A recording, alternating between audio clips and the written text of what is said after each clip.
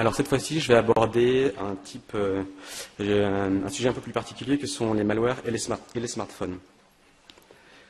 Le premier constat qu'on peut faire en fait au cours de l'année 2016, c'est que Android est la cible favorite des cybercriminels. On a constaté l'apparition en 2015 d'environ 900 000 nouvelles souches malveillantes. La réalité, c'est que cette tendance s'est confirmée en 2016 et même accentuée. Alors, on a eu beaucoup de nouveaux malwares ciblant Android en 2016. On a notamment eu le rootkit Hummingbird qui permettait, en fait, une fois installé sur la machine, sur le terminal, pardon, de prendre le contrôle et de faire un peu tout et n'importe quoi dessus. Donc, on pouvait verrouiller l'écran, on pouvait intercepter les SMS, etc.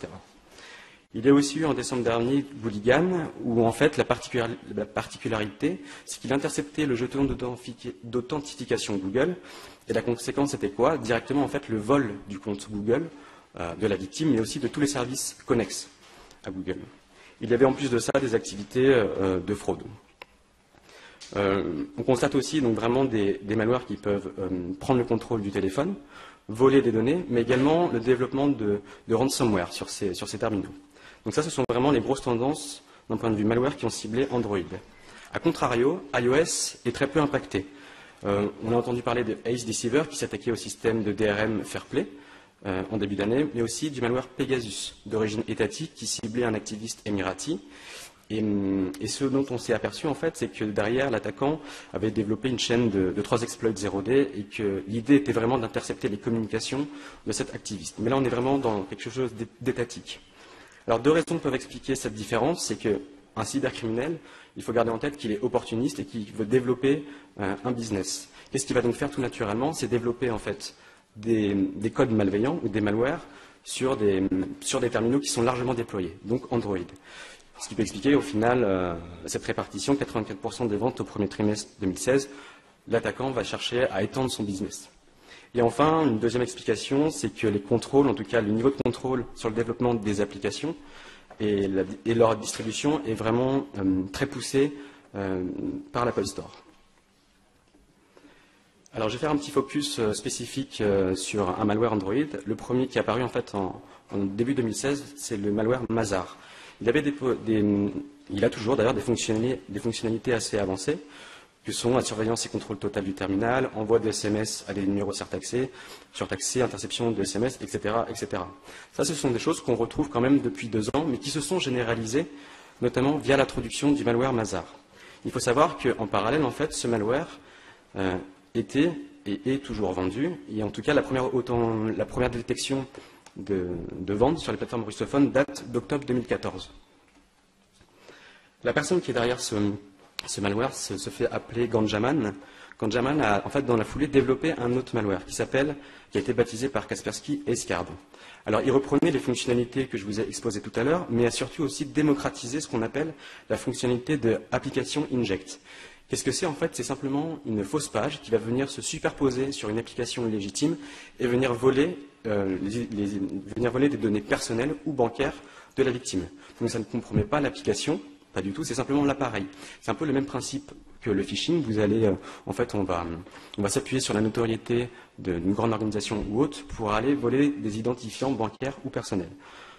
Escard, en fait, a généralisé ce principe et Et aujourd'hui, je crois qu'il y a à peu près, via Escard, une quarantaine d'applications qui sont ciblées. Alors là, je vous parlais donc de Ganjaman. Ici, vous avez 3 grandes familles sur la communauté underground russophone. Tout en bas, GM Family s'est associé à Ganjaman. Il y a eu en fait un événement assez intéressant qui s'est passé au tout début de l'année. En fait, ça a été le leak du code source du malware Mazar dont je vous parlais tout à l'heure. Alors, qu'est-ce que ça a provoqué? En fait, beaucoup de personnes ont récupéré ce code source et ont redéveloppé de nouveaux produits par-dessus. C'est ce que vous pouvez voir tout en haut. Alors, ils ont une durée de vie très courte. Pourquoi? Parce qu'un cybercriminel, quand il est victime de son succès, il faut qu'il puisse en fait assurer son business et donc les mises à jour de son produit. S'il n'est pas capable de suivre le rythme effréné, les acheteurs vont se tourner vers quelqu'un d'autre. Au final, si vous voulez, la famille Others, ce sont des malwares qui ont une durée de vie très courte.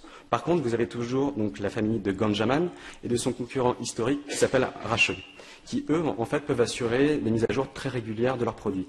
Des mises à jour régulières, pourquoi? Simplement pour éviter de se faire détecter par les antivirus. Donc, ce que je vous disais, on a eu donc Racheux. Donc, il y a il y a Racheux qui a continué à développer et améliorer ses produits en leur donnant des nouveaux noms. Et comme je vous le disais, il y a eu donc ces malwares qui sont appuyés sur le code source initial de Mazar, mais qui ont ajouté des fonctionnalités. Bilal a lui, par contre, réduit les fonctionnalités pour, soi-disant, assurer la furtivité. Vous avez Cronbot qui, lui, en plus de proposer une version Android, APK, a proposé la même chose, mais en version Windows. Ce qu'on peut en retenir, c'est que quoi qu'il arrive, Ganjaman, la famille de Ganjaman et de Racheux, aujourd'hui, sont vraiment les vendeurs historiques sur ces plateformes. Les noms qu'on retrouve de ces malwares sont donc, non pas Mazar 1, Mazar 2, mais Mazar 3. On est vraiment à la troisième version. Et enfin, Exo. Ils ont toujours aujourd'hui, ça c'est l'état des lieux en décembre 2016, qu'est-ce qu'on peut constater? Que c'est très poussé au niveau des mises à jour d'Android. En tout cas, ils savent s'adapter aux mises à jour d'Android.